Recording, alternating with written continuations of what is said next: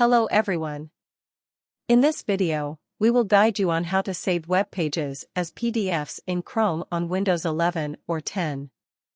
To save a web page as a PDF document through Chrome browser on Windows 11 or 10, there is no third-party extension or software is required. Here is how to do it. First, launch the Google Chrome browser and visit the web page you want to save as a PDF on your computer. Then, press Ctrl+P keyboard shortcut to launch the print dialog box. From the destination drop-down, select Save as PDF. Now, click on the Save button.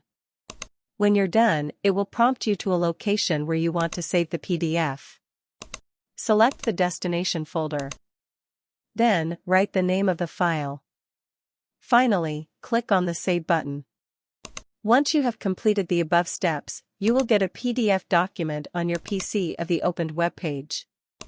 You can open this PDF document using the Chrome browser or any other PDF reader you would like to use.